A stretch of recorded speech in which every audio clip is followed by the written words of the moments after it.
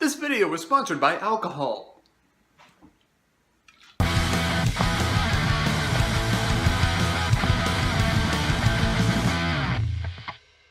Hey guys, Pat Keebler here for Would You Spend a Day with Tim Allen, WYSADWTA, back at it again with another CD collection update for you guys. I have some beer still on my lip there. Here, I'll probably have to put that down. Okay, so anyway, I got 3 new CDs for you guys this time. It's all Anti-Flag, and I love all of these albums, absolutely. So without further ado, let's get right into it. First one we got is The Terrorist State, and interesting fact about this is that this was actually not the, well, this was the original design for the actual album cover, but but because a lot of people found this image disturbing or unethical or whatever the hell you want to call it, they actually Anti-Flag actually had to change the change the album cover. I'm at a loss for words.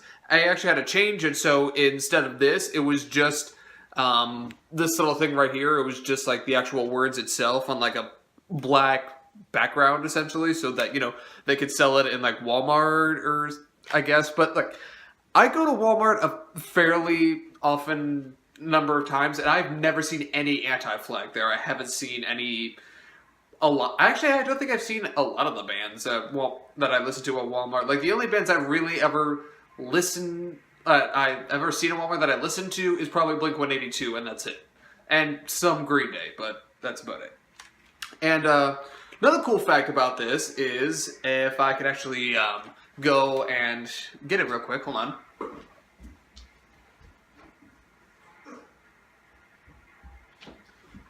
Okay, there was actually instructions for a little thing here, because this is actually, this was originally actually kind of like, it was like one of those like slip discs things, but I cut it out so that I could actually make room to have this album here, because it's kind of annoying to take it off just to open it up.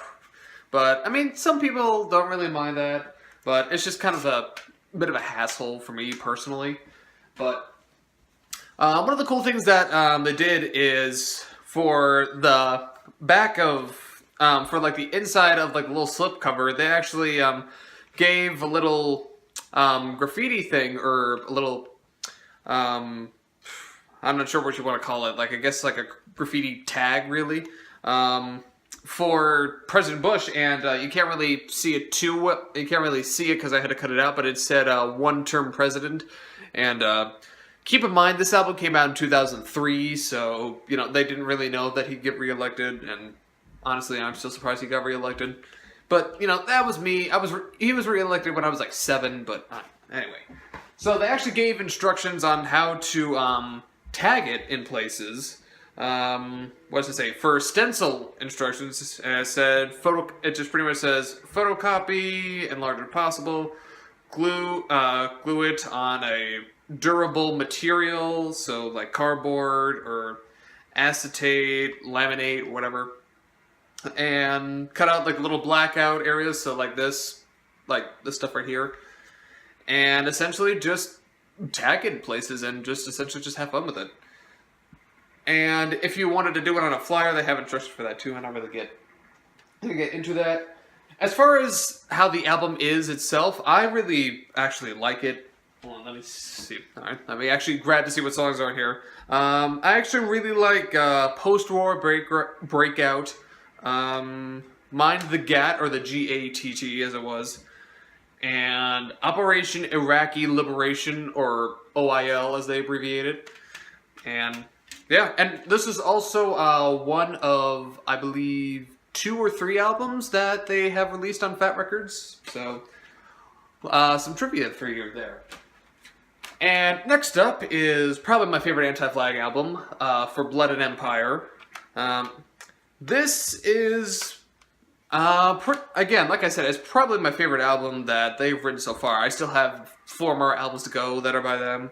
But, yeah, favorite one's definitely going to have to be $1 Trillion, This Is the End for You, My Friend, and obviously The Press Corps. And I actually did a cover for the press corps. I did a bass cover for it. For those of you who saw my video, Pat the Rockstar, I am currently entered in the band up competition, and right now I'm at the point where I have to like submit an audition tape, and that's the song that I chose to cover for it.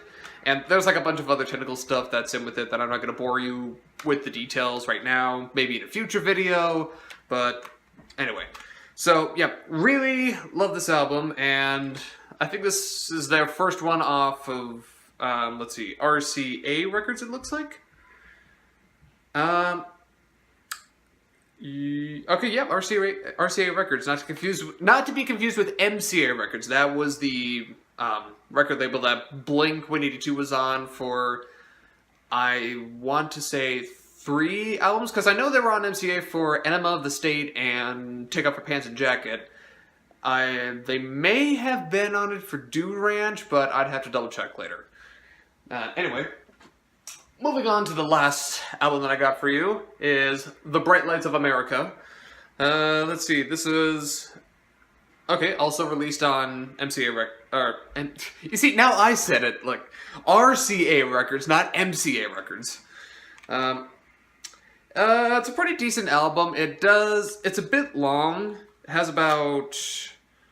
It doesn't have that many songs. It has about, I think about 13 or 14 songs, which is, you know, an average length for an album, but in total time-wise, it's about 52 minutes, I want to say. It's close to an hour. It's kind of like the American Idiot album. It doesn't have like a lot. It doesn't have a lot of songs on it. It has like an average amount of songs, but all the songs are at least like 3 to 4 minutes. And with punk albums, you know, most of these songs, like the longest song you'll probably ever hear on like a punk album is maybe 3.5, 4 minutes.